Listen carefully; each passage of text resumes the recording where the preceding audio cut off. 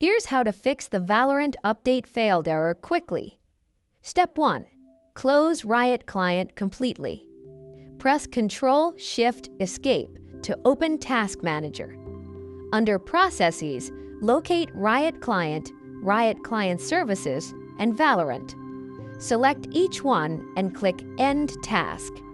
This ensures no background processes are interfering with the update. Step 2. Restart Riot Vanguard service. Press Windows plus R, type services.msc, and press Enter. Scroll down and find VGC. Right-click it and select Restart. If it is not running, click Start.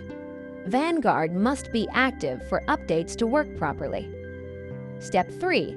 Run Riot Client as administrator. Right-click Riot Client and select Run as Administrator. Sign in if prompted, then attempt the update again.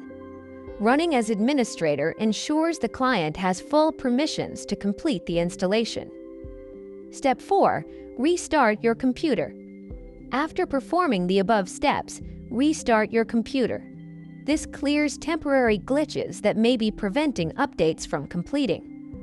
After following these steps, Valorant updates should complete successfully. Subscribe for more professional Valorant fixes and PC troubleshooting guides.